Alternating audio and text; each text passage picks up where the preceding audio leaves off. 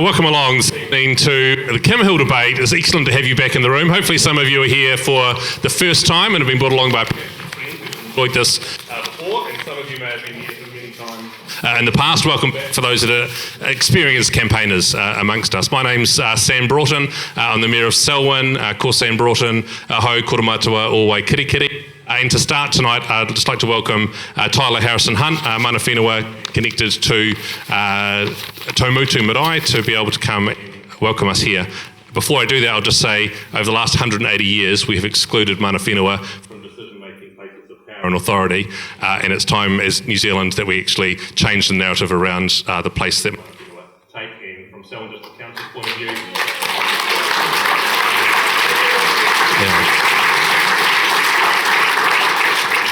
thank you. And from Selwyn District Council's point of view, we are leaning into what that relationship can look like. And in 1998, the government promised a new age of cooperation with Ngāi Tahu and an apology.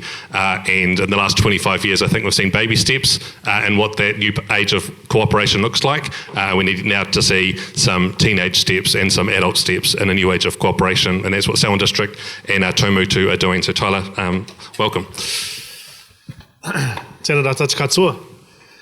Firstly, I would like to welcome everybody here today, and I really appreciate all of the awesome faces that I'm seeing in the crowd. On behalf of Te Rurunga o Ngāi Tahu o Ngāi Rua Hiki Hiki, I would like to officially welcome everybody to our takiwā, to our rohe. I'd like to kick off with a karakia actually, and that involves everyone here. And that goes, tukuna mai, ki rungi ia tātou, kua huia mai nei. Kia whakarongo, kia kōrero, kia ako tātou katoa, horahia te horahi pai, tūturu, whakamaua, kia tīna, tīna. Haumie huie, tae kia. Thank you very much. We're in Selwyn District. There's a waiata that talks about this land between the Waimakariri River to the north, the Rakai River to the south. Chihuahua spreads out here. Who will care for this place? I will, you will, and we all will together. Ko Waimakariri ki te raki e, ko Rakaia ki te toku e, te waihora e hora ake nei, ina te oraka ona iwi e, ma waira e turima e, mahau, mahaku, matatu e. And nō reira, tēnā koutou, tēnā tātou katoa. And I'd like to welcome Grant, Vice-Chancellor of Lincoln University. Kia ora koutou, and thank you, Sam, and thank you, Tyler, for that welcome. As Vice-Chancellor of Te Whare Wanaka o Raki Lincoln University, it's a great pleasure to welcome you here tonight to this debate about environment and tourism. At Lincoln University, tourism is an important discipline. And within the Department of Tourism, Sport and Society, we're proud to state that we have the longest running tourism academic program in Aotearoa, New Zealand, and the only place where you can actually study with an additional major in parks and outdoor recreation management. So we're very proud of that, and so it's important to note that here tonight. We're continually supportive of the relationship that the university has with Lincoln Envirotown, and so we're very pleased to be able to welcome everyone here tonight. Thank you very much.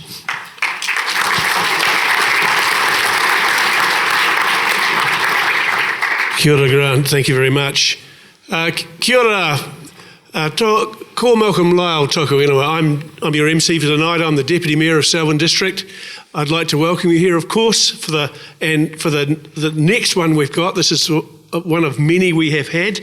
I'd like to acknowledge Grant, and I'd like to acknowledge Vicky Southwark, who's here from Environment Canterbury. I'd like to acknowledge Nicole Reid, Selwyn District Councillor, and Sophie McInnes, Selwyn District Councillor, are also here this evening as well. So, some health and safety notes for tonight. We please ask you to check these puppies and turn them off. Turn them down. We don't need cell phones doing the thing tonight. If you need the toilet, they are out from the left of the foyer. No unofficial photography or filming is permitted tonight, otherwise Sue will be after you. Please note your nearest fire exits in case of emergency at the top of the stairs and out this door beside me. Earthquake procedure: if you feel an earthquake, drop, cover and hold. If necessary to evacuate, use the nearest exit points and meet in the car park of the building. Now, an extra thing tonight, we're not actually allowed to have wine glasses in here. We've been a bit naughty. So if you do have glass in here, be very careful with your glass. We don't want to see anybody standing on it getting cut. It's a health and safety issue. Do enjoy the wine that's in it, mind you.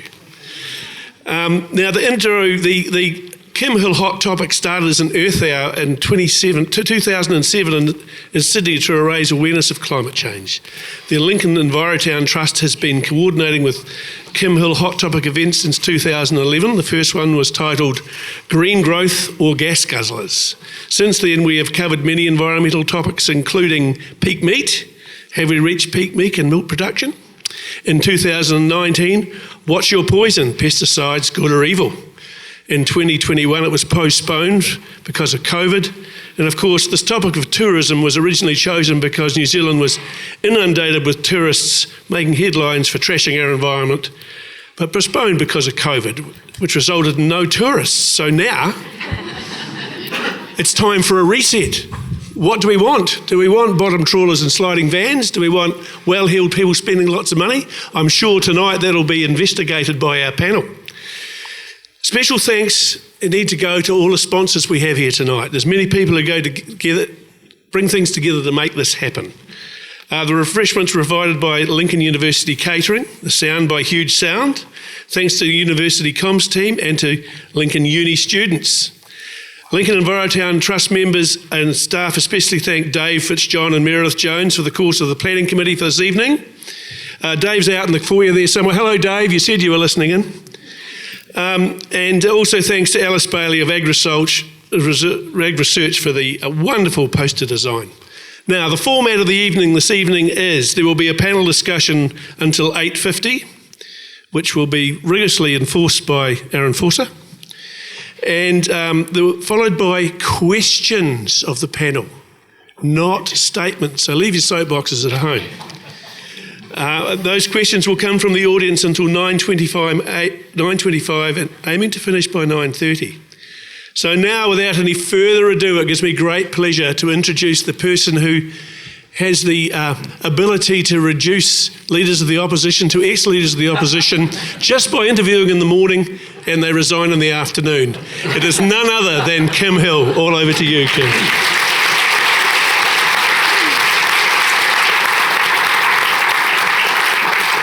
Tēnā koutou katoa, welcome to this year's Hot Topic Tourism Reset. Just to check, Malcolm, are you saying we're going to 9:30?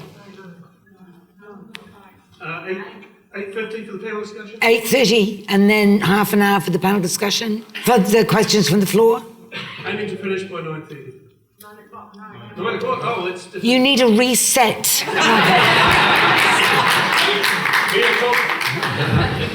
We'll finish around 9. Just listen to me. The question we want to probe tonight is whether all the talk of our tourist industry post-COVID being a different beast was in fact empty rhetoric. It's generally agreed, I think, that the boom years pre-COVID eroded what's called the social license. $41 billion of national income was generated in 2019. Were we happy? No, we were not. And most know that wasn't sustainable because people clumped up in places where we wanted to go to as well. So what do we want? Dr. Hugh Logan, ex-Ministry for the Environment and Department of Conservation, has eloquently described what we don't want.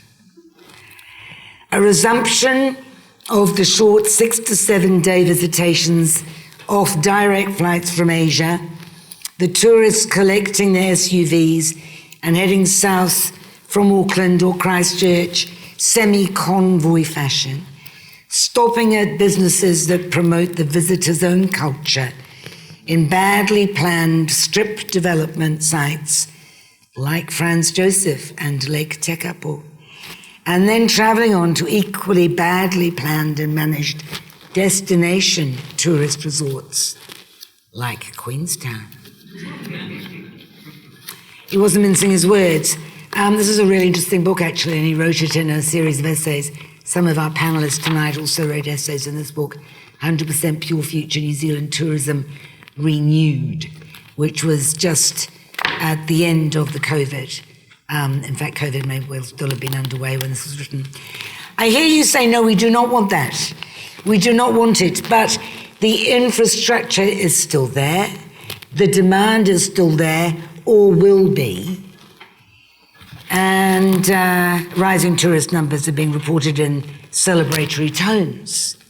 So who's running this much talked about reset or reimagined tourism industry, the rethink, which was supposed to be the silver lining of COVID? If there was a silver lining, it was that we all come out. Why is that? Well, here's the co-chair of the Tourism Futures Task Force, Grant Webster, also, interestingly enough, chief executive of a campervan company called Tourism Holdings. He says, our ambition is to move beyond sustaining to restoring, regenerating. Tourism has tremendous capacity to improve our nature, reduce our footprint, and enrich communities. I mean, does it though? You know, isn't this a bit like saying Twitter brings us together? Anyway, on the panel tonight is Stephen Espiner. Stephen Espiner is an associate professor in parks, recreation and tourism at Lincoln University. He's an integrative social scientist. I have no idea what that means. But he's particularly focused on national parks. Susan Becken, a professor of sustainable tourism and a member of the Air New Zealand Sustainability Advisory Board panel. She knows a lot about the need to decarbonise tourism and regenerative tourism. Tyler Harrison Hunt, you've already met. He's a representative of Te Runanga Uta Mutu of Ngai Tahu. He brings a tangata whenua perspective to future tourism. He's also a city council of the Riccarton Ward. And Justin Watson is Chief Aeronautical and Commercial Officer at Christchurch International Airport. He's been a tourism industry Aotearoa member and a member of the Tourism Futures Task Force, and he's experienced in marketing. I have a feeling he might be the tourism representative here tonight, ladies and gentlemen. How are you feeling about that? All right. That's good. Everybody has 2 minutes to give a synopsis of their position, starting with Stephen. Ngā mihi kin, tēnā koutou katoa. It's certainly wonderful to see so many people here tonight and to know that very encouraging to see that you've all got an interest in the future of tourism in New Zealand. My decision tonight is to talk more about the relationship between conservation and tourism. That's really my area of interest. And as Kim's already outlined, of course, conservation really is the cornerstone of international tourism in New Zealand. And when we look at the data, we can see that about 7 out of every 10 overseas holiday makers to New Zealand will visit a national park. And about half of New Zealanders will visit a protected area in any given year. Now, most of the people coming to national parks, what do they want? Well, they want to experience nature. They want to get close to wildlife. They want to get a sense of the remoteness and the isolation that they perhaps don't get anywhere else in the world. And that's the premium proposition that New Zealand tourism has to offer. But what we see, I think, as Kim alluded to prior to the pandemic, is a series of impacts that have been confronting national parks, and crowding, congestion, pollution, absence of natural quiet. Those sorts of things seem to be diminishing, largely as a result of rapidly increasing numbers of tourists or visitors more generally, perhaps some inadequate infrastructure, but also legislation that was perhaps for a different era, or at least written in a different era. Now we see tourism bouncing back. It's looking very much like we might be confronting many of the same challenges that we did prior to COVID. There has been some talk of reimagining. Kim's already mentioned that, and some very worthy reports written, but I'm sceptical that very much has changed at all. And the return, in the rush, if you like, to return to a business as usual, I certainly fear that rather than a reset, we're actually just getting a reheat. If we want a genuine reset, I think there are a couple of things that we do need to do. And I guess at the top of that list would be a reprioritisation in terms of understanding what New Zealanders actually want from tourism. And by New Zealanders, I mean iwi, I mean communities, I mean local people. What they want from tourism and what tourism can bring to conservation. The second thing I think we can do is take a closer look at what tools we have at our disposal to encourage maybe some thinking about how we might ration use in some national parks. I look forward to some conversation about that. Kia ora. Thank you, Stephen. Suzanne. Kia ora, good evening, ladies and gentlemen. Really good to be back here at Lincoln University. I'm an alumni, so great to be here. I start by saying that everyone loves to travel. You know, and many people were so glad when the borders opened and they could travel again. But not everybody loves tourism. And sometimes people don't want to be that tourist. And so how can that be that something we actually want to do, we also don't really like on the other hand? And I think in some ways tourism has become a little bit a victim of its own success. It has grown so much in the last, you could say 50 years, but probably even last 10 years, where the global travel system has really exploded. And it has become, some people call it a production line, quite industrialized, commodified, sell out of landscapes and people.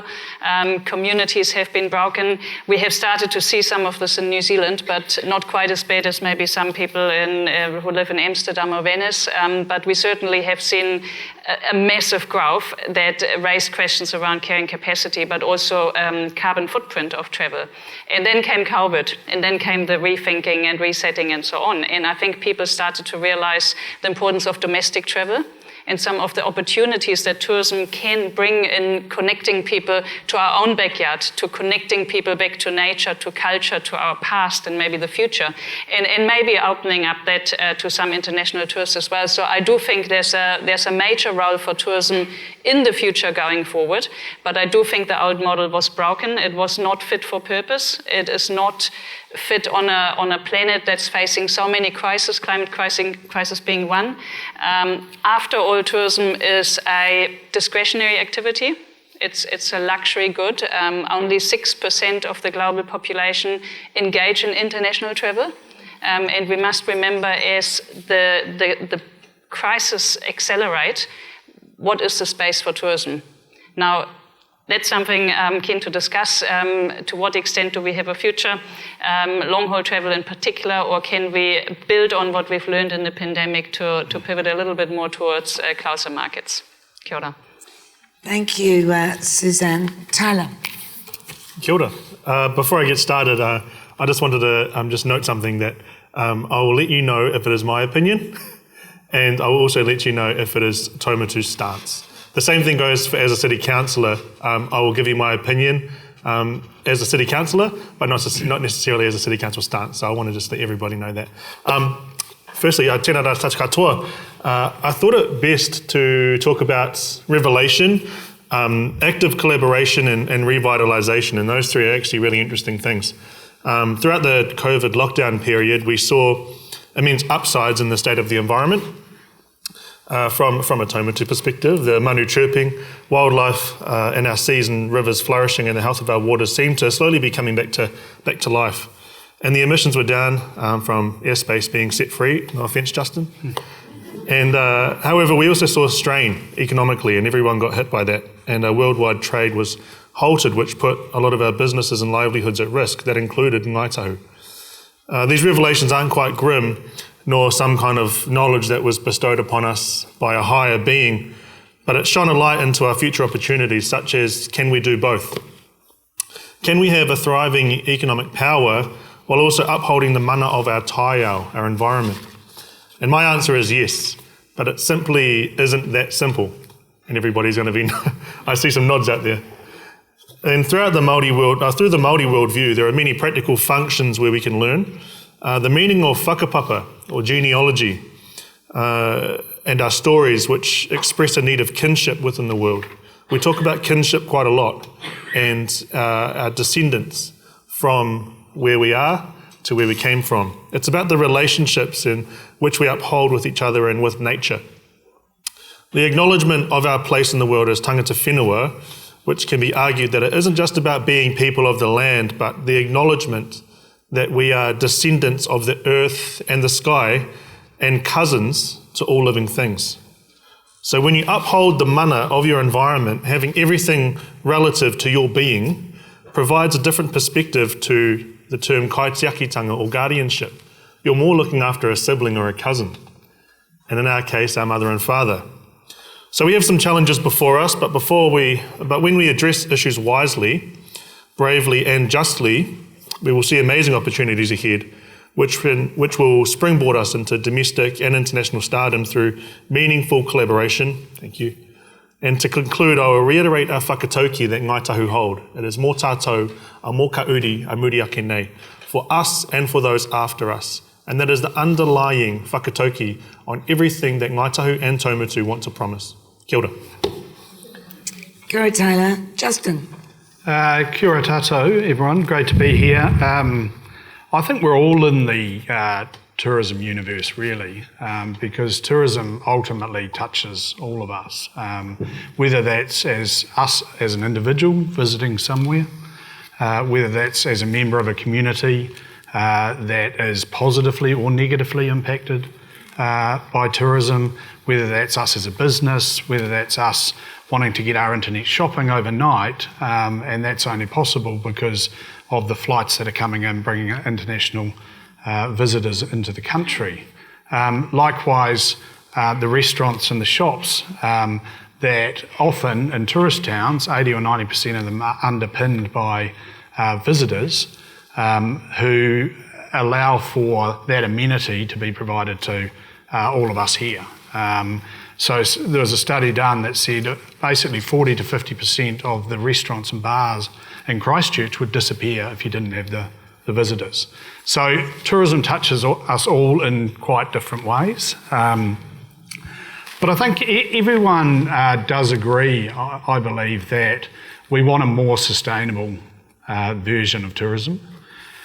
And the rapid growth that we saw ahead of COVID took everyone by surprise, really, because if you kind of cast your mind back, tourism was never really an issue because it was sort of always in balance. And in fact, New Zealanders loved showing their country off to the world. They loved welcoming people. They loved the positivity of people's feedback about the country because we're proud of this country and we wanted to show other people this country. But things got out of check because the growth was too fast and the infrastructure, and I use that in the broadest sense, wasn't there or didn't keep pace. But I think you come back to tourism is such an important part of who we are, from our manaakitanga to it being first or second as our largest export earner. The challenge is how do we get a better balance and how do we get tourism that better enriches all of New Zealand? And what I mean by that is how do we get tourism that's net positive across the four capitals of economic, environmental, social and cultural? And distilling that down, it's basically how can tourism give more back than it takes? Very complex, very difficult to achieve, but it's so important that it is worth putting the effort in and trying to figure out a pathway to that. And ultimately to say, in my view, the question that I'm always challenged with is, do we have over-tourism or do we have under-infrastructure? And that's a really interesting question because you go to a number of countries around the world, Singapore, for example, that are dealing with significantly larger quantities of visitors, but they've got the infrastructure to do it, so it doesn't feel, too intense, other than just the general intenseness of an Asian country. But there's a lot of examples around the world of how, through smart destination management planning, you can better manage, the number of people. Thank you.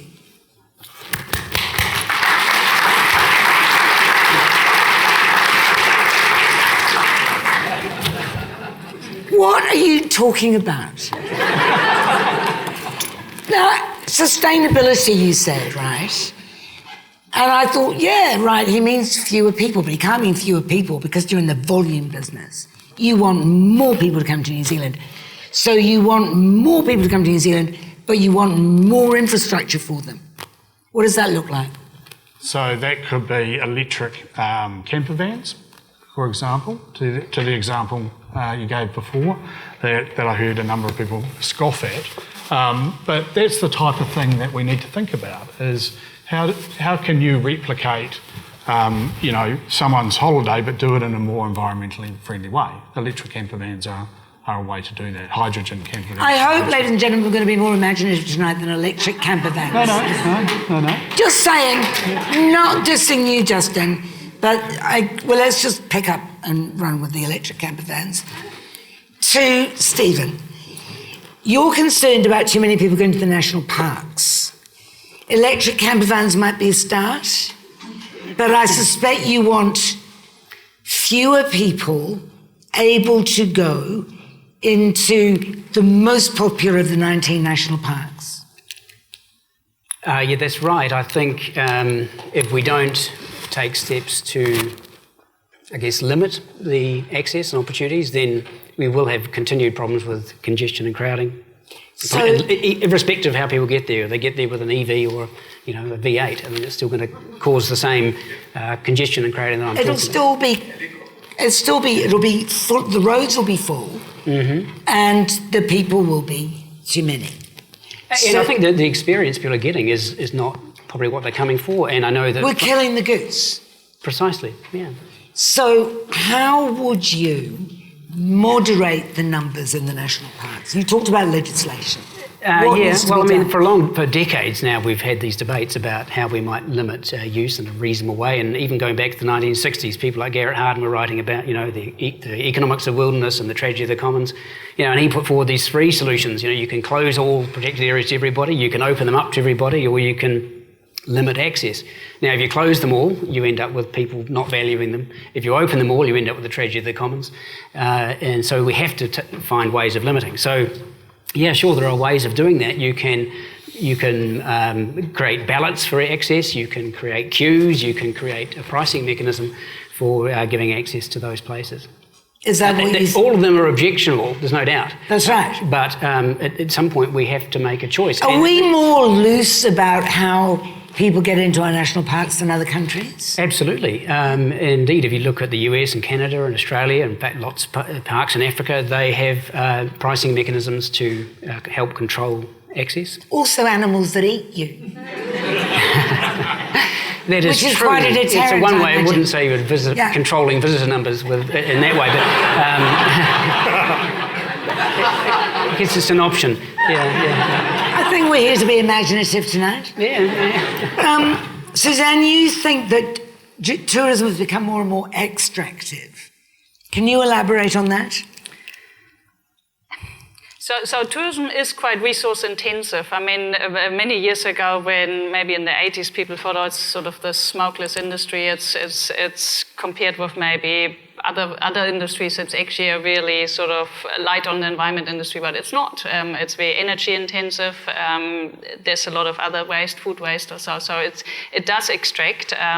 It does not. It's not designed in the way to give back. Justin talks about giving back more than it takes. Now that's a very high bar to cross. I'd be just happy to minimize the damage, and then of course you think about places where can tourism actually specifically be used as a vehicle to give back. The international visitor levy that we have in place is a good starting point to actually get some revenue from visitors to actually put back into conservation How much would you initiatives. charge? Well, I would charge more than 35.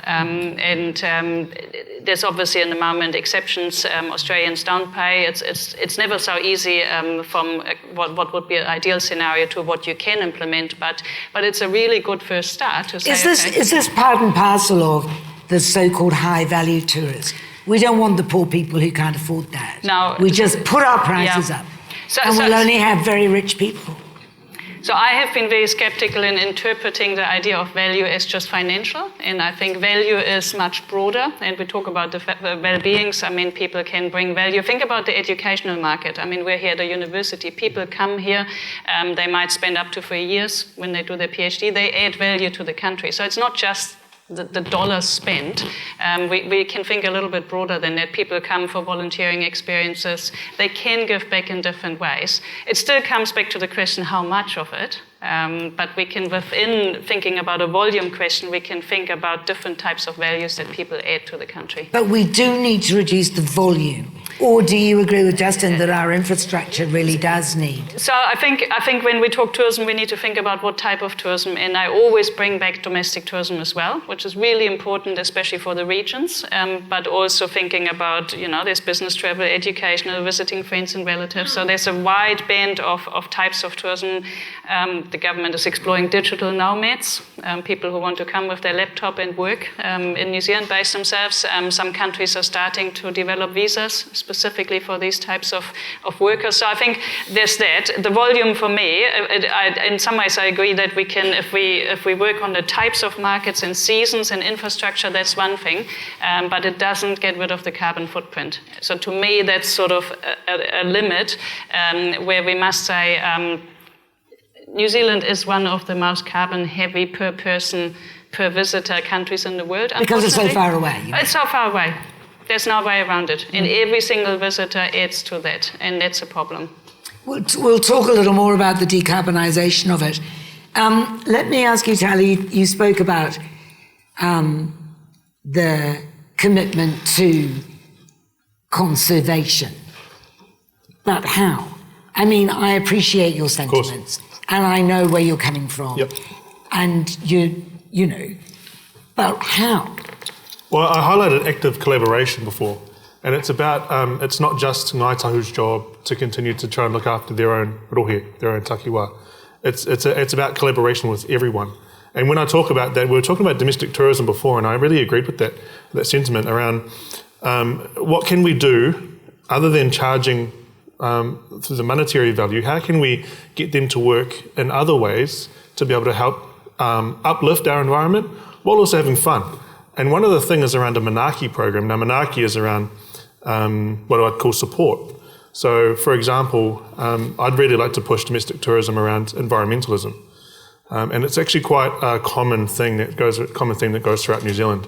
And it's actually, I'm noticing on the uptick with young New Zealanders, particularly around planting around places that have an inundation or coastal inundation. But it's actually also good for knowledge. So I'm talking about educational programs for school kids, which can actually help contribute to the environmental sustainability of our areas. Is that tourism? Well, there is two things. One of them is domestic and international tourists coming to areas that New Zealand have, for national parks, for example. And then there's those that want to continue to uplift the mana of those environments. We can't rely just on those tourists to continue to do those Manaaki programs. It has to take a collaboration of both us and partially some of the tourists that do that. So I'd take some of that. I'd take some of that from both areas of international and domestic tourists, while at the same time using our own people to continue to uplift the environment. What does Ngāi Tahu do for sustainability? So I can't talk on behalf of Ngāi Tahu. I can talk on behalf of Taumatu. Okay. And at the moment, we're trying to actually be reactive based on the coastal inundation that we're seeing just on the coast about 20 kilometres from here. So we're actually starting to do a climate resilience strategy based on the new studies that are coming out. But on top of that, we're seeing things that are happening straight away. For example, with the coastal inundation, we're going to need to start pulling back our graveyard, for example. And that's happening all across the country. There's around, I've got the stats here actually, 750,000 New Zealanders on the coastal areas. Why is this about tourism? Well, it's not necessarily what I'm saying here is when we're thinking about people visiting our areas, for me, I'm coming from the environmental perspective because Taumatu don't have a tourism strategy. because we aren't used to tourists in Taumatu.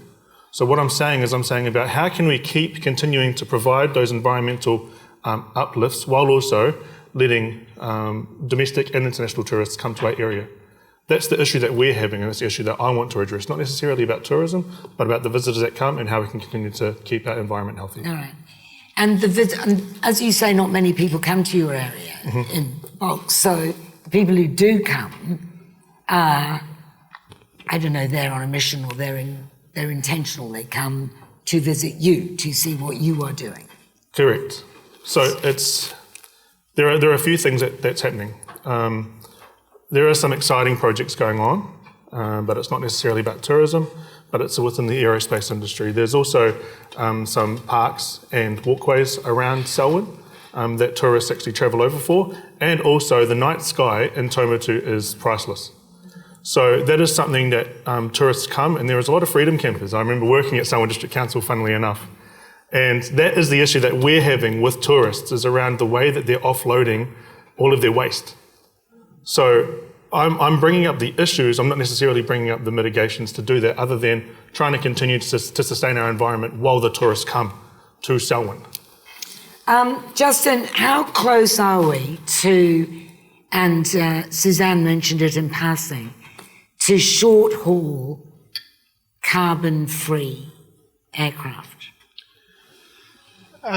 So within the next 5 years, there will be trials underway. So, for example, Sounds Air have a trial of a 30-seater electric aircraft in 2026. Air New Zealand have indicated an aircraft in 2027. These aircraft are pretty much available now. They need the infrastructure piece around them, because you've got to have the charging mechanisms, and in fact the biggest challenge is actually getting enough electricity into the airports to power these things up. Just as an example, side example of that, to run our terminal is 3 megawatts. To charge one of those planes is 3 megawatts. So they have a massive draw. And does our infrastructure, electricity infrastructure, enable us to do that? So there's some of the questions. So there will be trials of those types of aircraft within the coming years. Do you, as things get more urgent around climate change, you can't avoid feeling nervous about the future of long-haul flights? Yeah, I think the way that it's panning out, and it is a complex challenge, but there's the whole world's working on it in terms of sustainable aviation, is the belief is that you will have electric aircraft which will be under 30 seats. For those that sit in up to 100 to 200 seats, which is everything throughout New Zealand really and on the Tasman, that will be hydrogen. Is looking like the strongest option there. And then sustainable aviation fuel does the super long haul stuff. The challenge in the past... What is sustainable aviation fuel? It's an oxymoron. Well, what is it? So it's effectively using crops or mass that doesn't... Biofuels are a bit yesterday, aren't they? Well, not necessarily. I mean, it depends what camp you're sitting in, I guess. But they are in use at the moment, and they do have a carbon reduction. So look, it's are we worried? No, I think we're. Are you not? No, I think we're encouraged by the progress that's been made and the significant amount of resource that's going into it. Because flying is quite a shameful thing to do now. Yep. I mean, it's got this rep, right? You must have been aware of that. Yeah, we actually haven't seen it coming out in behaviour, to be honest. You mean people are still getting on those planes? There are more New Zealanders on our domestic planes than there has ever been at the moment. Shame on them. But it's like free-range eggs. Everyone says, I only want to eat free-range eggs, but free-range eggs were like 14% share of the market. because when it actually comes push to shove, their behaviour is different to what they say. So essentially, you're saying you just give people what they want rather than leading people to something better. No, I think the industry is running as fast as it can towards something better. For example, we've just committed to a 300 hectare solar farm that will power the next generation of aircraft, be that hydrogen or be that electricity, that will start coming out of the ground next year. That will be New Zealand's largest solar field. So we're putting our money where the future is, because the world is committed to decarbonising it. How it's ultimately going to get there, how long it will take. In the intermediary time, there are options, whether they're offsets or even flying different types of aircraft that are more sustainable. I mean, it's possible, isn't it, Stephen or Suzanne, that people's feelings about climate change may solve the tourism problem. They, as far as the overpopulation of tourists, they just might stop coming in such vast numbers. I know numbers are climbing, but do you think they'll get back to what they were? Well, Stephen? I think a couple of things happen. There are sort of two futures that we can examine, aren't there? Under one scenario, you've got a business as usual. You know, the tourism numbers to New Zealand double every 20 years since about 1960. We could be facing, 10 million tourists by 2045. Do you think that that's... No, I'm just saying that's one future. Okay. Now, that's on the current trajectories. Now, if you look at a different future, as Suzanne, I'm sure will attest, if we look at the end of the long-haul tourism scenario, then we have a different future to look at, which might not involve quite so many people arriving internationally. Hardly any. Potentially hardly any. That's true, but as Justin points out, there are some technologies I would have thought on the medium to distant horizon, which could involve long-haul flights using hydrogen and other sorts of fuels, but that's not really my area. Susanna may have some comment on that, but that's a second scenario, I think. There are two futures we need to prepare for, is really what I'm saying. Yeah. So we don't need to fret, because at least in the meantime, tourist numbers are going to diminish. Well, I don't think that's true. I don't think in the short to medium term, I think they could well continue to increase. That's what my point is. I think we will definitely, in the medium term, still face the sort of challenges that we've seen pre-COVID. I see nothing to suggest that that's going to change. Notwithstanding the possibility of a return to pandemic lockdown conditions or, a geopolitical catastrophe. The climate change thing is a bit of a slower burner, but and it will impact, absolutely no doubt about that. But I think that's probably a medium-term impact on tourism. But Suzanne's probably better to address let's that. talk about the decarbonisation of tourism, Suzanne. Let's talk about the long-haul flights, first of all. What's your future vision of that? So it's not so much my vision than the realities that we are actually seeing on this planet. And I mean, New Zealand is a classic case with the cyclone events that we had. And I'm not disputing climate change. No, but it's putting more and more pressure on countries and airlines, of course, to actually do something about it. So my take is that inevitably flights will become more expensive. And you see governments in Europe in particular starting to impose policies on this sector, which will make it harder. Now you combine that with, because you refer to a sort of flight shame and our sentiments, you combine that and people are not blind. So it is actually definitely in Europe a trend to say, oh, you fly to New Zealand, that's happening now. Now, of course, we only get 4 million and there's always 4 million somewhere in the world who will want to come. So I don't think we should just sit back and think, oh, people won't come. It solves itself. But I think the long-term trend is it will become more expensive, whether that's for carbon taxes or whether it is some of those aviation fuels that are so much more difficult to produce. That's the problem. That'll be sorted, though, won't it? Because only the rich people will be able to come, and we don't need those pesky backpackers who haven't got any money and shit in the bushes. I don't know what the rich people do in the bush, but... They all do it. They have people to do that for them.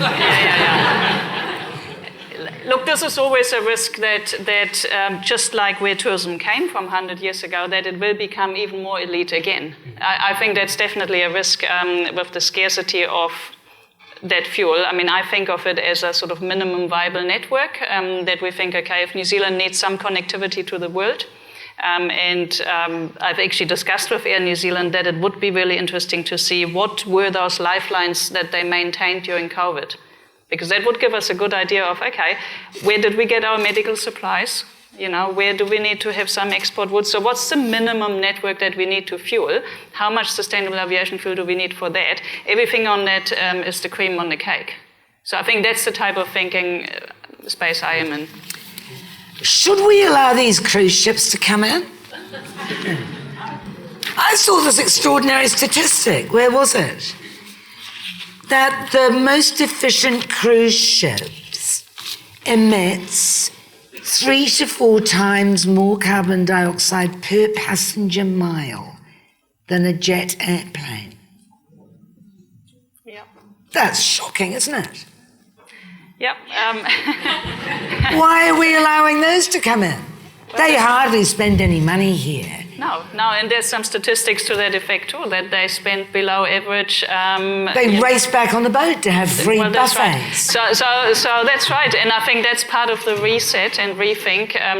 In fact, that's where we really need some good evidence on the true benefit of cruise ship tourists. That includes the costs they impose. But why haven't we got that already? Well, that is a good question. I mean, we host gazillions of them every year, don't we? Hundreds or so, yeah. Yeah, enough, and it's growing, and it's coming back faster than maybe some would have thought. And I think it's a really important point in time to say we need to truly understand the impacts that causes, whether that's displacing other people. Look at Lyttelton, bus queues, whether it's risks in national parks, whether it's carbon emissions, and then for what economic value. So why can't we take a stand against cruise ships, just as we did against nuclear? And say, cruise ship free. Cruise ship free New Zealand, there's a thought. Do you think that's feasible? Absolutely, yeah, it is. I mean, why not? I mean, anything's on the table. I mean, what's this, the politics is the art of the possible. I mean... Well, how would that run if the government announced that they were going to do that? Well, you'd have a very upset cruise industry in New Zealand to start with, and but as you're probably familiar, the Milford Sound Piotahi report talks about banning cruise ships in Milford Sound. A lot of concerns around pollution, potential accidents, just the visual amenity issues associated with that. So these are real options on the table.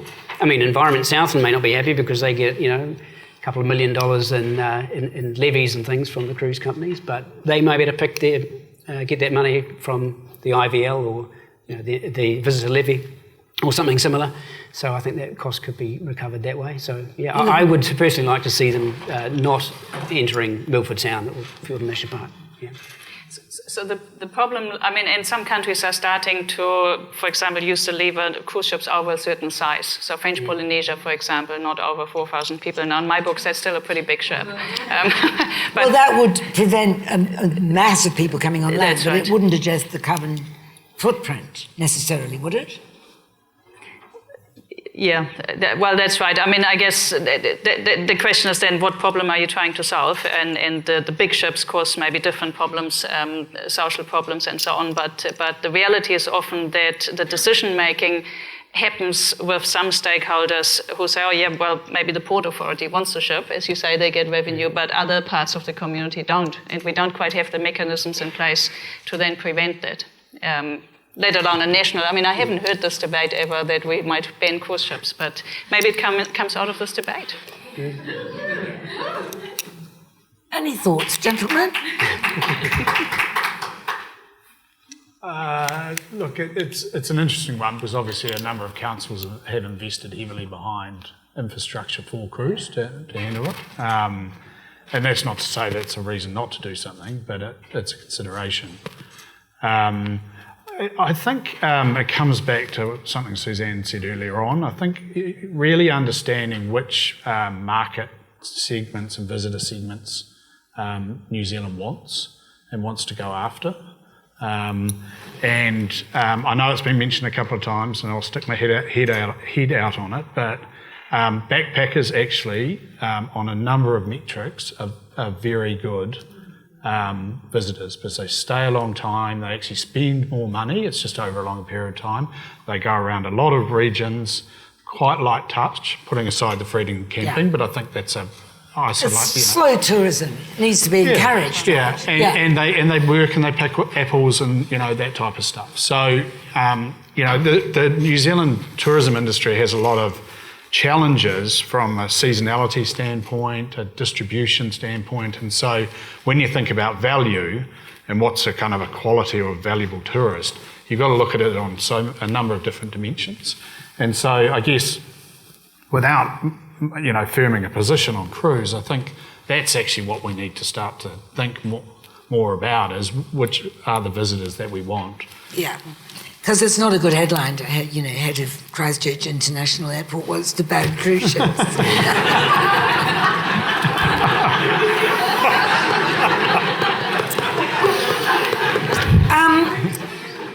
In response to the Tourism Industry Association's Sustainable Growth Framework, the Parliamentary Commission for the Environment, Simon Upton, said, despite many soothing words about sustainability in the last 20 years, we have not significantly changed from an extractive path dependency.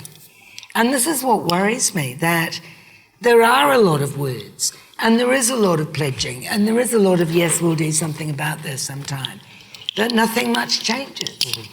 And COVID forced it to change. And now we haven't got who's got the plan?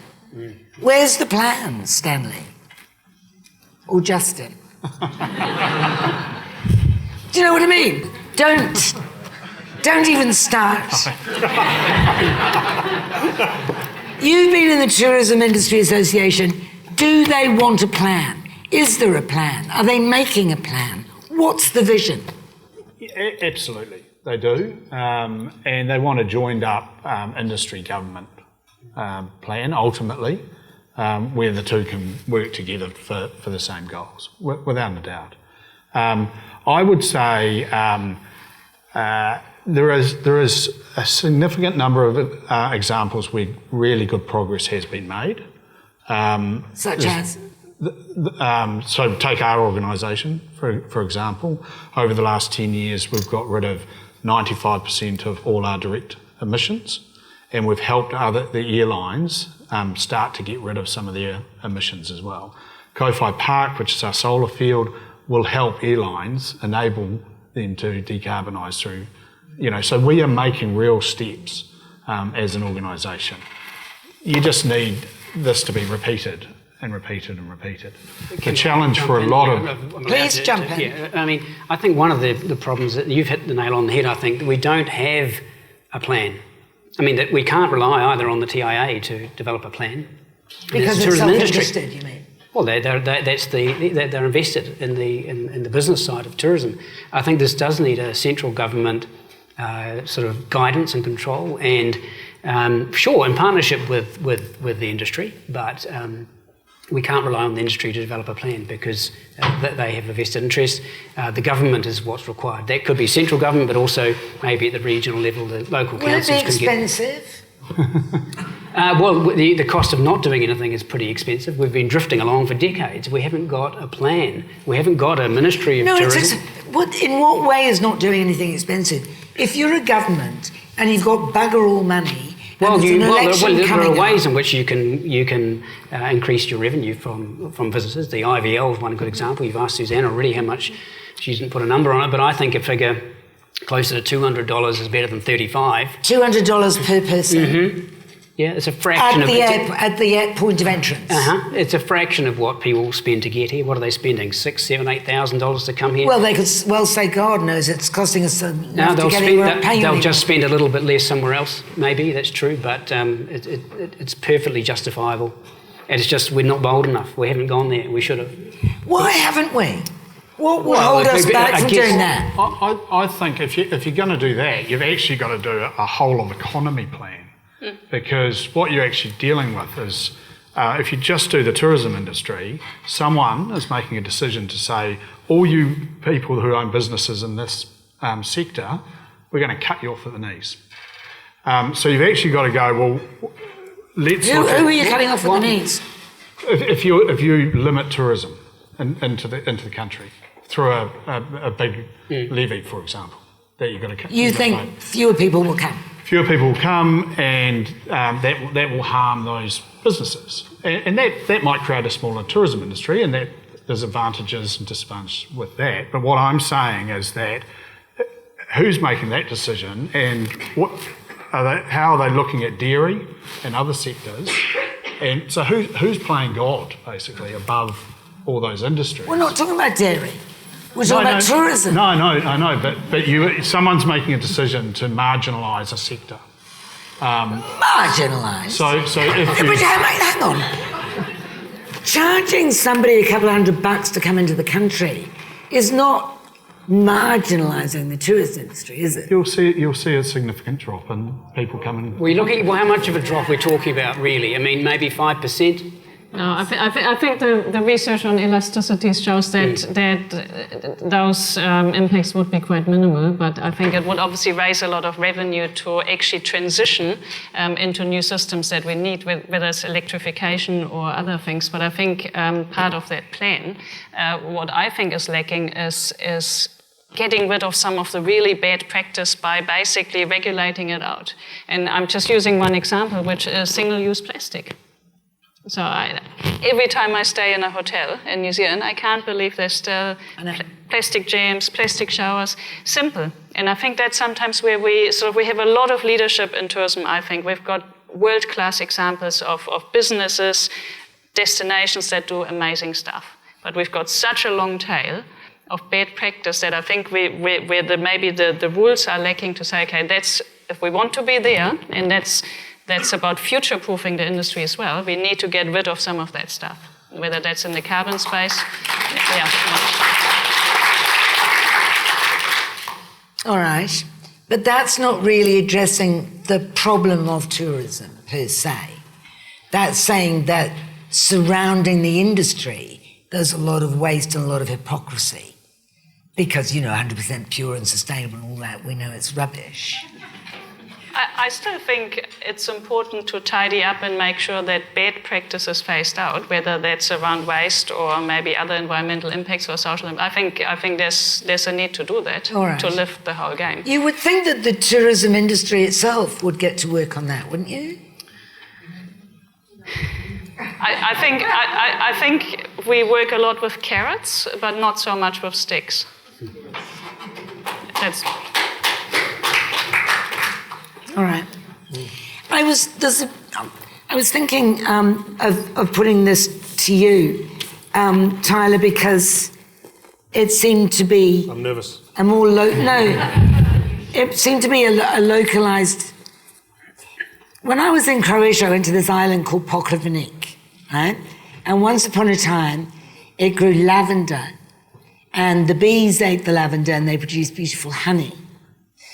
But then they started providing accommodation, and the tourists flooded in because it's a beautiful place, and, the whole Airbnb thing, which was much more profitable than honey. And so they got rid of the lavender, they fed the bees sugar water, and they took lots away from the tourists, who still went there because eventually they forgot about the lavender and the honey, and they just saw the beach and the ocean.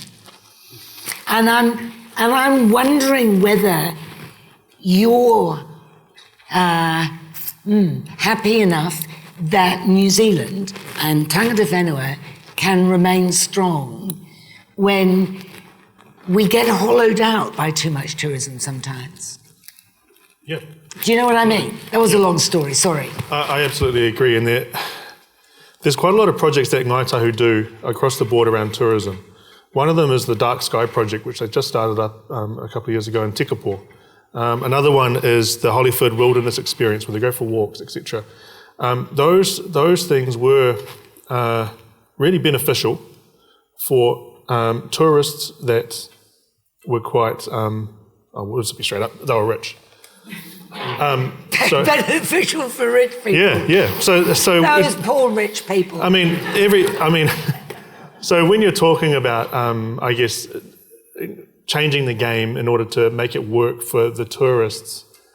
There is a little bit of that everywhere. It's hard to actually put into a statement without my opinion, and I'm trying really hard to try and navigate, so I apologise. Do it. Politics. So what I'm trying to say here is I do hold a lot of worry, and I'm very wary of the inundation of low-value tourists. I'm not talking about their monetary value. You're not talking about backpackers. No. You're No. talking You're talking about people who don't Look care. after the whenua. Right. Correct. Because then it means that New Zealand has to clean up the act. It means New Zealand has to clean up after them. It doesn't mean that tangata whenua do it. It means that everyone has to. That's the issue that I have, and that's the issue that I wanted to put forward, is around how can we continue to, one, educate those tourists that are deemed as low value, and how can we continue to work towards a more sustainable tourism enterprise? Well, I mean, it might come back to Suzanne's point, that unless we walk the walk, then we can't expect people to value us. You know, if we fill the hotel Absolutely. rooms with crappy plastic and stupid virtue signalling signs saying, don't use all the towels, then we deserve tourists that don't value us. I couldn't agree more. I mean, you walk into a hotel lobby, all lights going, go into the room, air conditioning set 19 degrees, and then says, don't use the towel or switch off the lights. So you think, well, it's all about reciprocity and leading by example. And the example I always use is when you want your visitors to take off the shoes in your house, you take your shoes off, you lead by examples, and you don't even have to say anything. I think demonstrating the good practice. We're quite lucky, I think, in New Zealand. The types of people who come here are not the worst of tourists that there are in the world. They're actually the better part. And We could be in Prague. Oh, we could be much worse. So I think we've got a good audience to actually engage. So where are we now on the reset? What would you do first, Stephen, on the reset plan? Well, I think a lot of the work and the thinking has been done. I know that Justin and I think Suzanne have been involved with some of these reports around the Future Tourism Task Force report, the We Are Aotearoa. But when's somebody going to make a decision? Well, the draft's been written, hasn't it? But and the report itself has kind of been set aside for the moment. I think we are facing, this is where we get into problems with our 3-year political cycle. But I mean, would be Justin's hopeful. quite right. Sorry to interrupt. Justin's quite right. If we say, you know, $200 to come in, sure as hell there'll be an outcry. Well, and the government. from whom is the outcry coming? Well, the outcry will be from people in Queenstown who say they can't afford to run the cafes anymore unless they get more tourists. Well, I don't know. I don't know where I mean, some of the businesses will complain, but they've been complaining for decades about tourism tax. You know, I mean, now's the time. If it's not now, then when? I mean, it really is. All right, $200. Yeah, well, that's one thing I think it would do. I mean, I think the work has been done. The task force has done really some good work. If anyone wants to look at that, it's really worth looking at that for the recommendations they set up. The Parliamentary Commissioner, as you mentioned, has written 2 reports. And in fact, Morgan Williams wrote one in 1997, which said many of the same things. So, I mean how many decades do we need to Simon pass? Upton was making very little changes. Nothing changes. Well, nothing. You think there's urgency now? I do believe there is more urgency now, and I'm encouraged by some of the things I hear from the sector, certainly in the policy arena. And I think industry too is willing to get on board.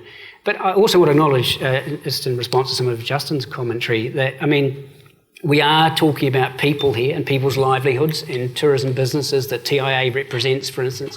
You know, they are real people with, you know, with families and with businesses and livelihoods to sustain. So we shouldn't just dismiss them as being not relevant. And so we have to be careful how we manage this transition, if you like. But I do think we are at a point where we do need to face some facts on this. And yep, some businesses will fail as a result of the sort of things I'm talking about.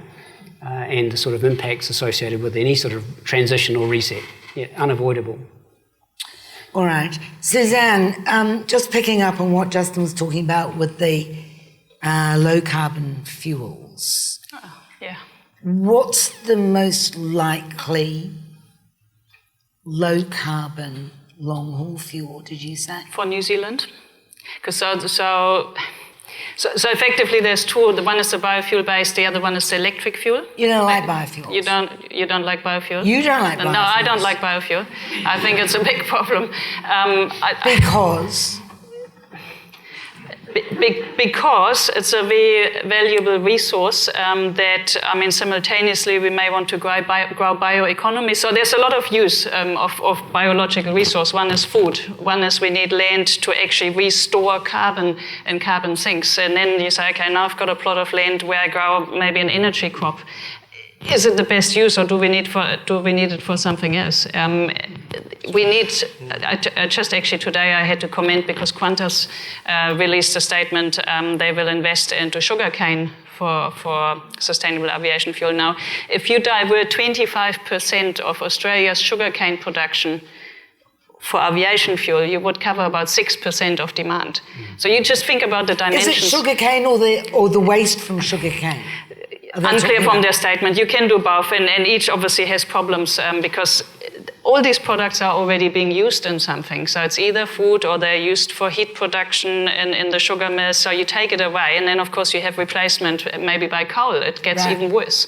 And so in New Zealand, the most likely in the moment is wood chips from forest residue. Yep. Well, what we could use, but the thing is, even then, there's different types of use. So we could, for example, switch off the Huntly power plant, which would give a much bigger effect in terms of reducing carbon. Then for aviation fuel, you need to process it. You lose a lot of energy. By the time you arrive at your liter of fuel, you've lost 90%. So the problem is, if we have wood chip, we want to decarbonize the country, what do we use it for? And I'm afraid, I'm a big fan of flying myself. I want to go to see, but if we look at the whole system and decarbonizing New Zealand, aviation fuel would be a poor cousin compared with switching off Huntly. So that's just the scientific facts. All right. Yeah. But if you were to attend to aviation fuel, how would you decarbonize it?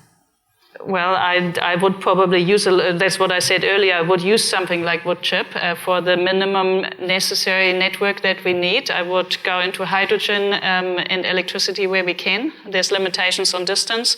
And then just see how much flying do we need to do. That's the facts. All right. Yeah. So you don't hold out much hope for long-haul planes? Not for those growth targets that the industry is seeing. Decarbonised? No. All right. So if we have, as you suggest, a decarbonised, as much as possible, tourism industry, it's not going to be aviation driven. As long as we rely on a good amount of aviation, we will have a carbon footprint. Now, we have domestic tourism, and we still need to work on decarbonising domestic transport, by the way, too, because that's a big task. But that's the long-term future. And then we have to think, okay, can we fly to Australia with hydrogen? I think that's a good prospect, Pacific Islands. How else do you then connect to the world in the future? And where is that biofuel coming from? It's possible you won't connect to the world. Maybe you won't. All right, so what's top of your list for dealing with the tourism reset? For me, it's just being aware of some of these medium to long-term challenges and not... We are aware. I know, but not... Aware. Yes, I know. And that's right. Do you know what I mean? Everybody's so aware now. But can't we do something? I think we need to invest into those parts of tourism that have a future. And for me, that is domestic tourism. That's a lot of fantastic small-scale enterprises, ideally some that connect the value chain within the region with agriculture, lots of multiplier locally. Everything else in the moment, there's still income, and especially if people contribute via the visitor levy, that's great. That helps us transition, build new infrastructure, and a long-term pathway say, okay, that's the type of tourism we can maintain long-term. And I think we need to start now. I think we'd be nicer if we attended to domestic tourism as well, don't you?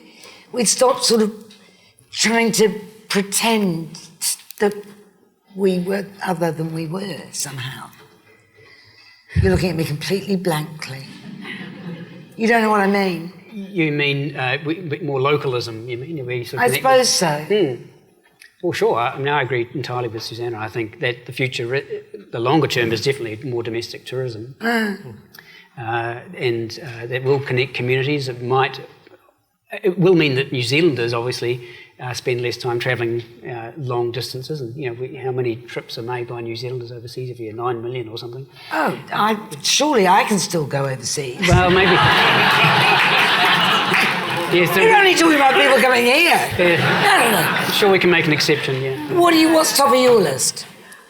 For me, I just had my council hat on when we were talking about that. Oh, forget your hats. But no, I was thinking more about in terms of the current infrastructure that welcomes domestic tourism and international tourism. And it's actually slowly happening, but it's not happening fast enough, in my opinion. If we're looking at our 2030 action plan around climate change, it's really important. And 56% of our carbon emissions in the city are contributing to vehicles. So those are two really big fish for me. And I'm not the climate change spokesperson, Sarah Templeton is, so just so you know. But it's really important to me that we actually make really interesting parts in our area that are magnets to high-value tourists that want to actually enjoy what Canterbury has to offer through walkable catchments, if you will, and also through meaningful travel, which is domestic tourism in a whole. It does. I mean, I don't mean to get too wah-wah about it, but it seems to me necessary that we love our own country, because unless we do that, then we will allow it to be degraded even more. 100%. And we won't be able to show other people that it's lovable. It's 100%. It's about the ownership, or tino rangatira-tanga, if you will. And I've travelled around the world. Sorry, guys. And as soon as I got back from different countries, I came back and I literally kissed the floor of the Air New Zealand flight. I smelt the air of New Zealand. I saw the people; they were completely different. It's just a different vibe in New Zealand, and that's something that's really attractive to international tourists. Is one, unfortunately, it requires international travel that has a high carbon footprint because we're on the bottom of the world, but two, we're known as the friendliest country as alongside Canada. So everyone wants to come here to enjoy our environmental things, and let's not let them down then. No, so we are practice really being friendly. No, we're a really valuable place in the world, and we need to acknowledge that it's actually really special, and particularly with the Māori culture. I saw some stats the other day. Was in 2014 there was a massive rise, so from 58% to 83% in Māori tourism enterprises offering activities and experiences. So there was around a 20% rise. And when 2019 happened, obviously that dropped.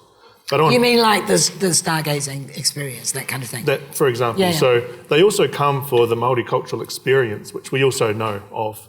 But the thing is, around domestic tourism, we're not too fond of that because we know what we get in our own backyard.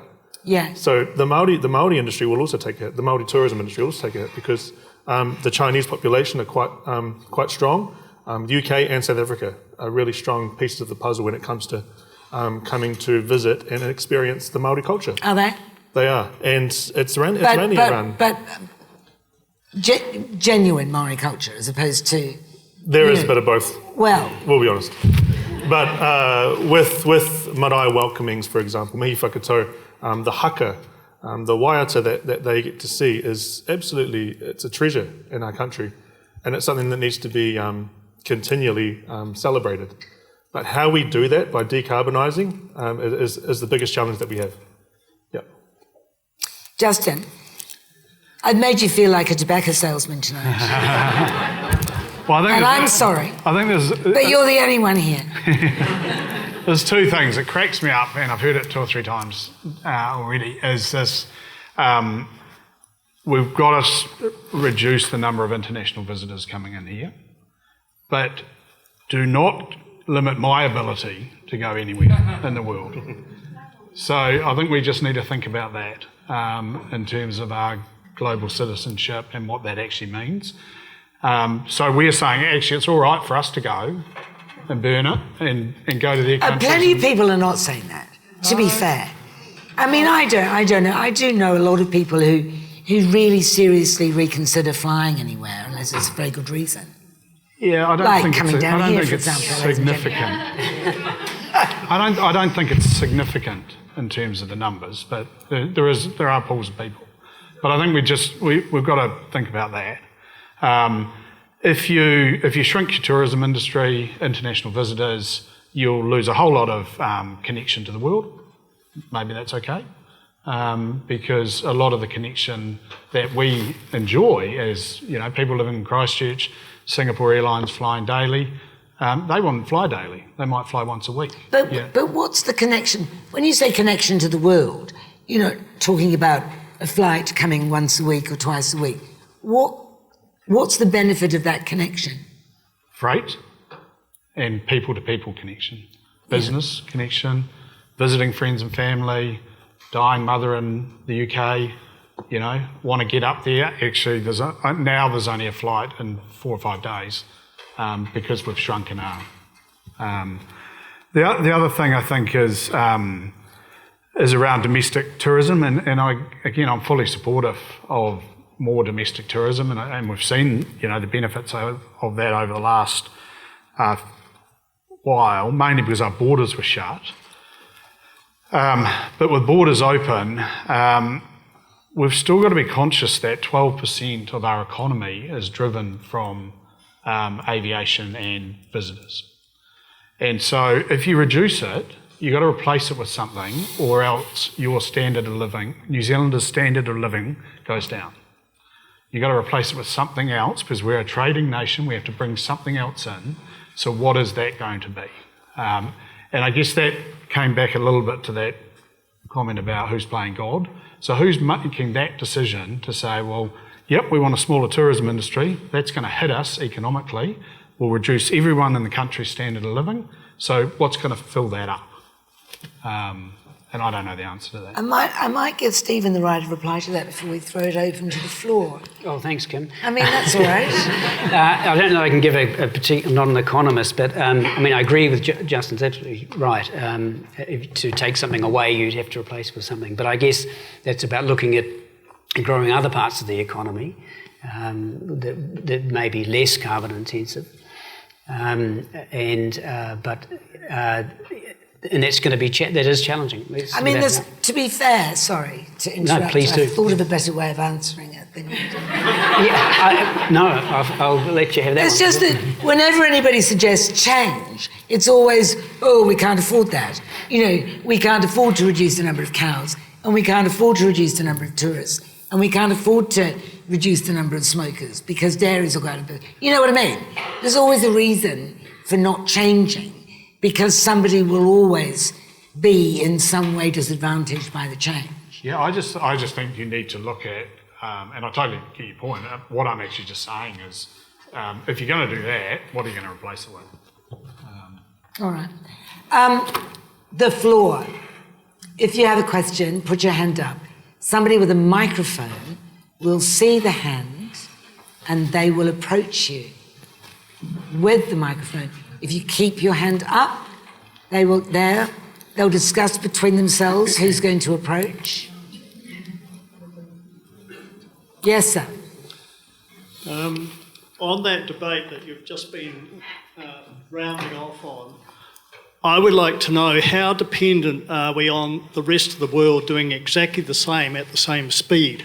Because I have this imagination of looking forward 10 years, we have no long-haul flights, but we go to Sydney and then connect by Qantas to go the rest of the way. Good scheme. As an example. Yeah. No, that's quite right. Very reliant. And you've got a number of countries in the world that have put up their hand saying we're still developing countries, so we're not even going to turn our mind to this. Yeah. Yeah, and I see Air India just ordered, 500 wide-body jets, and they talk about buying 1,500 more in the next... 2,000 more in the next 15 years. Oh. So, you're quite right. Other countries are not stopping, don't appear to be. It is a tragedy of the commons problem, where we can't just say, okay, if no one else does it, we're sort of the stupid ones. I think that's a bit of a problem that, of course, on the other token, what New Zealand does has a major leadership effect for other countries in the world. I find that every time I leave this country, and sorry too for Tracy, we all feel shamed now, but people look at New Zealand. People think of us as this paradise island, and even though we're small, things that are done here, people take notice and say, okay, maybe we should think about doing that. So it sort of goes both directions, I guess. Isn't that something we should be leading the world in anyway? If we are genuine isn't that something we should lead in? That's right, and because there's other parts where we're not leading anyway, and maybe other countries are leading where we need to sort of this classic fast follower that we were at some point. But there's areas where we can lead, maybe. Thank you. Next question. International tourism is the only export that pays GST. Before the pandemic, it was $1.6 billion. Why do Stephen and Susanna think charging $200 extra is going to make the slightest bit of difference? And why do they think that the government is going to use that money for anything to do with conservation when they don't use the current $1.6 billion to do anything to do with Good question. I meant to ask them where they wanted the 200 Well, bucks. that's not true. I mean, the IVL is actually divided between conservation and infrastructure. 60% or something goes... I think it's 50-50. 50-50 Yeah. Goes to conservation initiatives as well as improving infrastructure in the region. So that's why I'd be confident that the money... In fact, the $35 generates about $80 million, I think, and if you set it at 200, you'd end up with about 500 or close to 500 million. DOC's entire budget is 670 million. So, the IVL could be pretty handy, I would argue. Yeah. 1.6 billion is already paid by the tourists. Why? What do you mean it's not in used? GST, he's saying. Yeah, but how do you mean it's not used?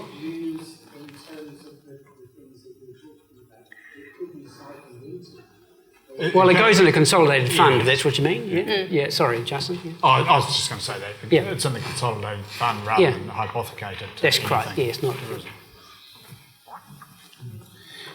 Yeah, my question relates to that statistic, that frightening statistic that you've given us, Kim, of the cruise ship passenger, his tourism mile or hers tourism mile being that's right, because we're going to ban the cruise ships. Did you not hear?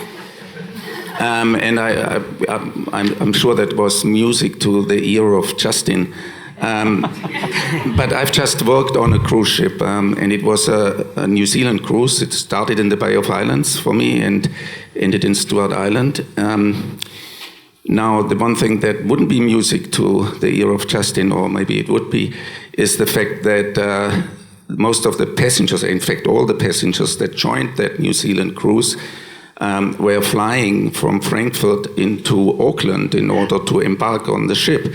And then they would do the cruise, and they would eventually fly back from Sydney to Frankfurt or Zurich after they disembark. So my question is, and Susanne might be able to enlighten us on that a bit more, do we actually take account of the full carbon footprint of cruise ships when we only think about the propulsion and the pollution it creates? Well, we do not take account of it. It's not formally measured, nor is international air travel, by the way. It's not part of our national obligations. And we're sort of, there was this one study that you're probably quoting, Kim, but we're a bit in the dark in terms of the cruise ship emissions. And also what would be interesting, because when we talk about high value, the scenario, Matthias, that you're describing, someone flying, then going on a cruise ship, the per passenger footprint would be surely one of the biggest. Yeah. And so if we then think, how high value is that? That would have to raise questions. Yeah, and it's not only just the fact that the passengers fly in from Germany, it was a German cruise, but also that most of the goods consumed on the ship were flown in from Germany. And Auckland happened to be one of the hubs where cargo was coming in. I remember saying to the food and beverage manager, it must be quite a logistical challenge to source all this food, this beautiful food that you're offering your guests all the time.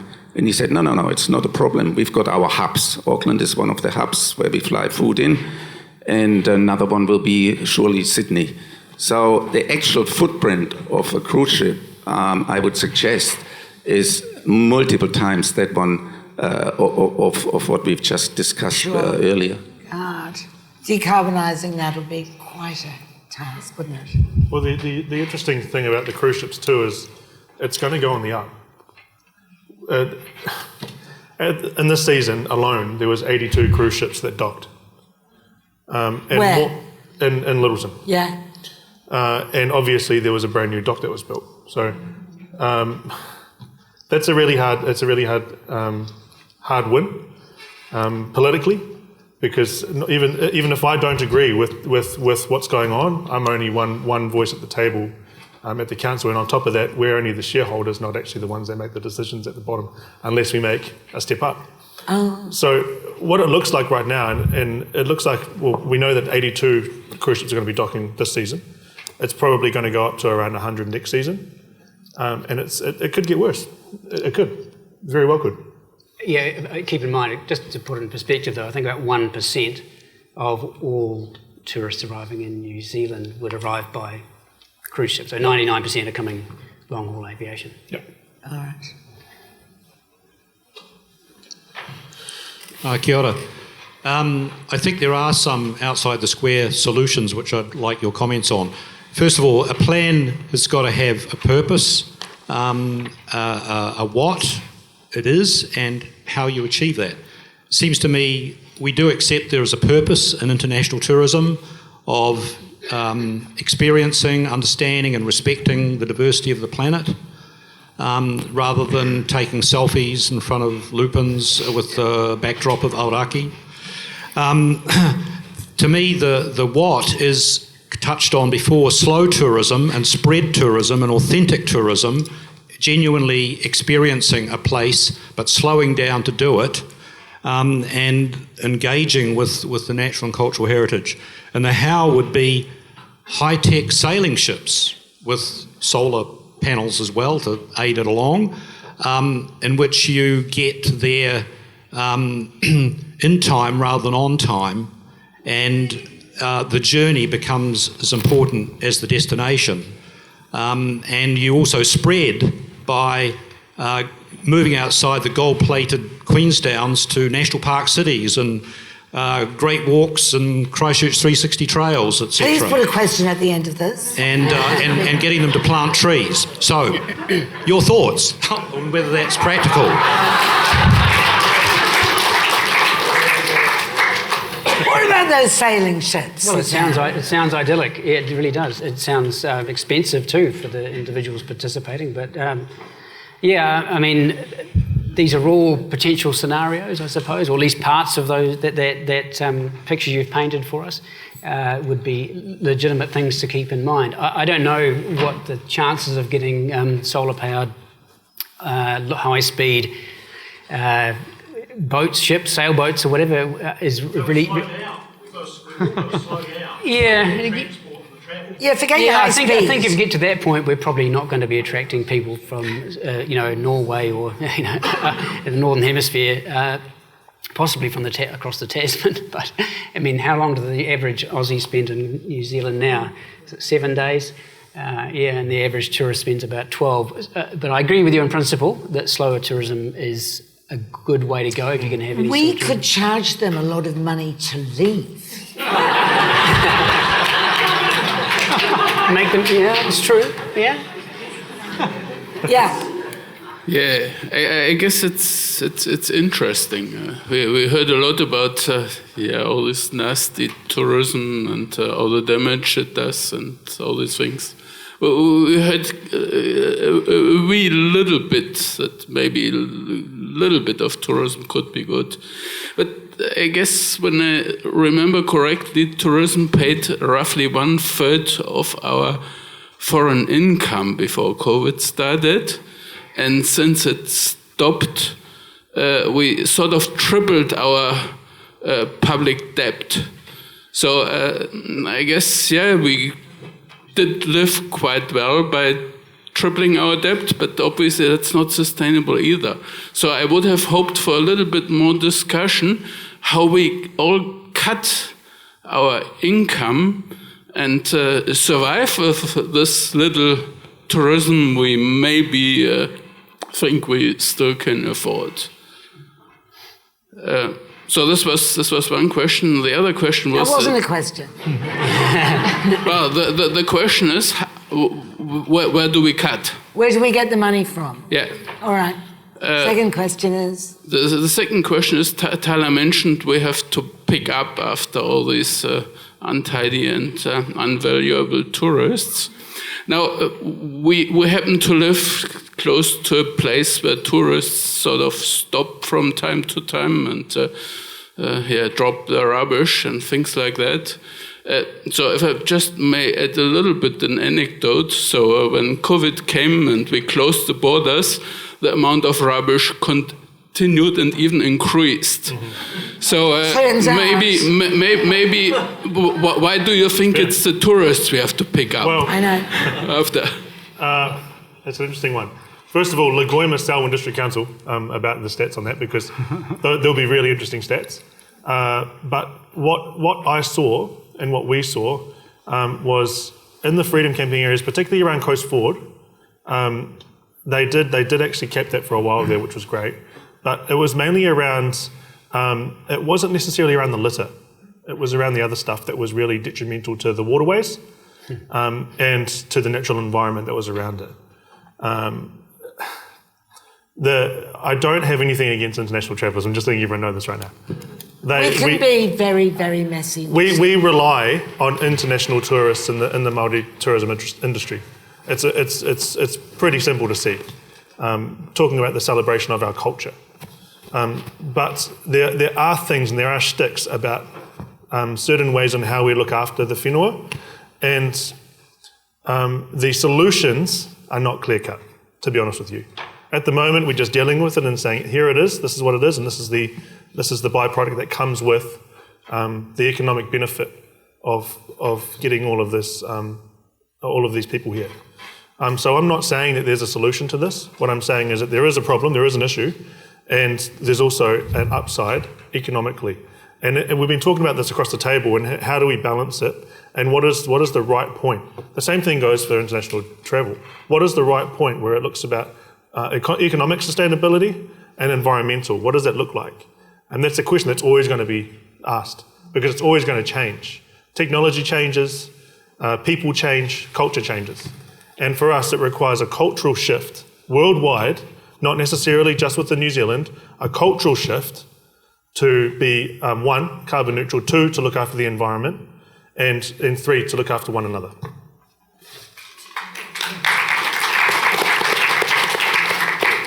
One more question, but don't spoil the mood.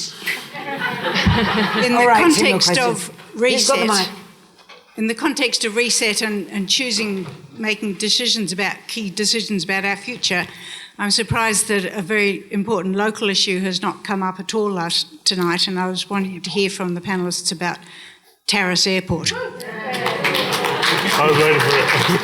I felt like I'd given Justin a hard enough time. I was hoping somebody would raise it. What would you like to know about it?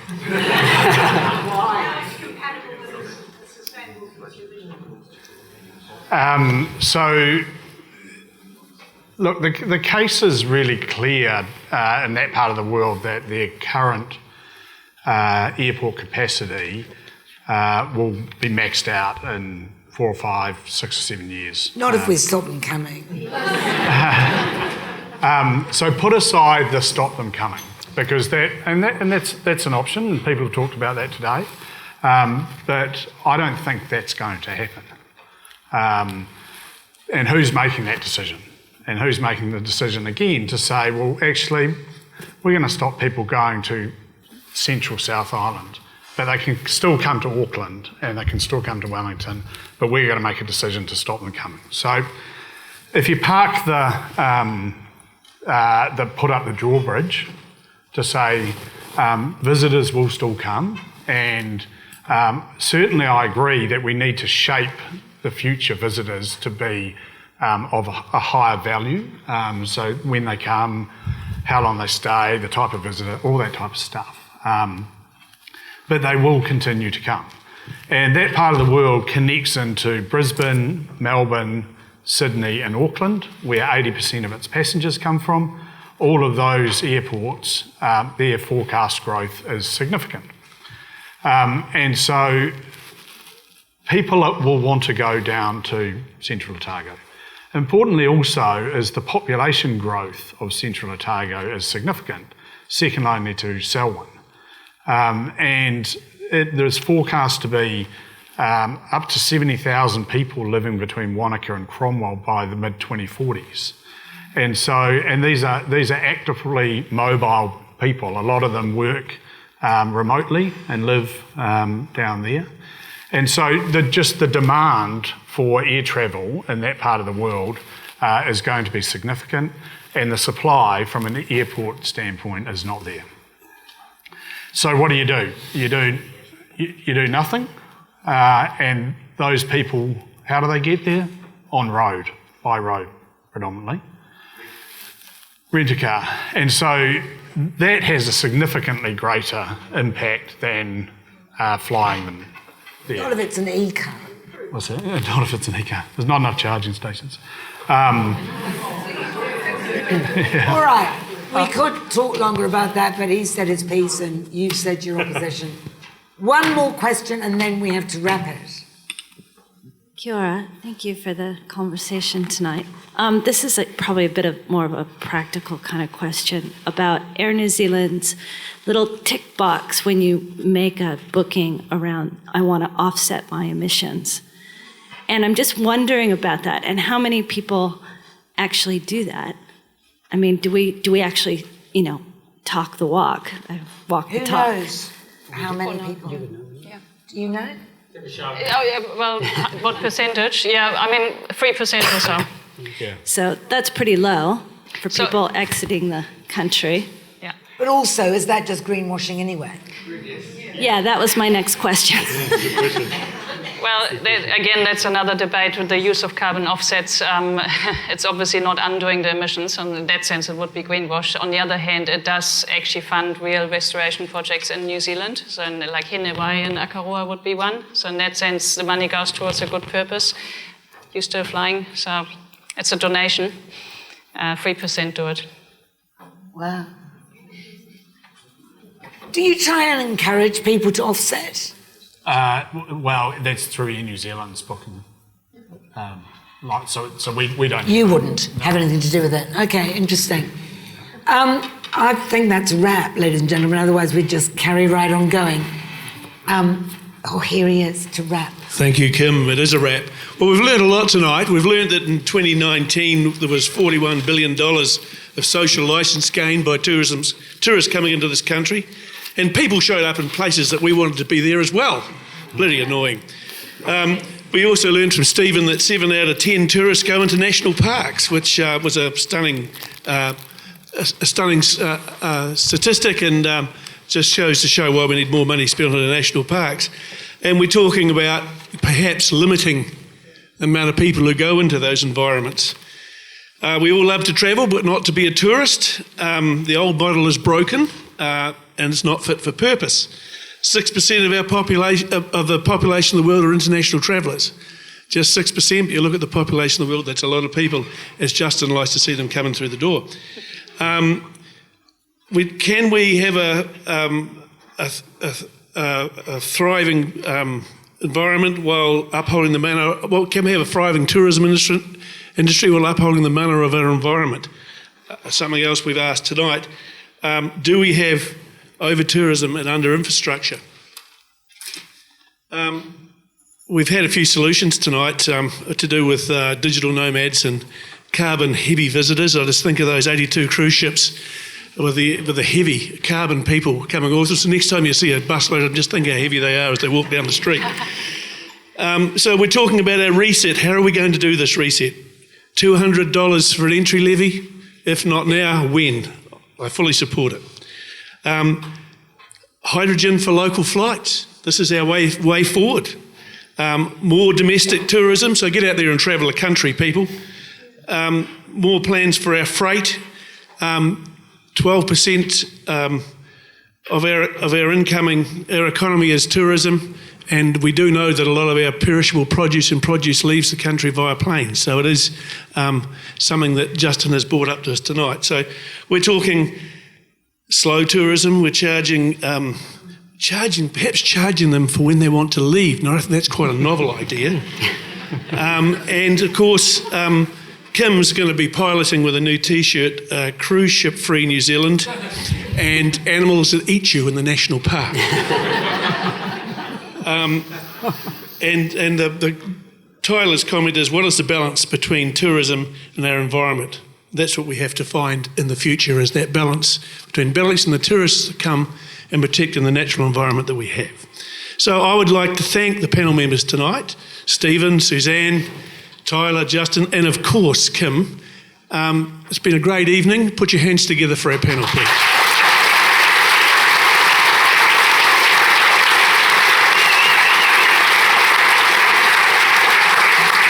And Tyler, can I ask you to close for us with a wiki ariki? Sure.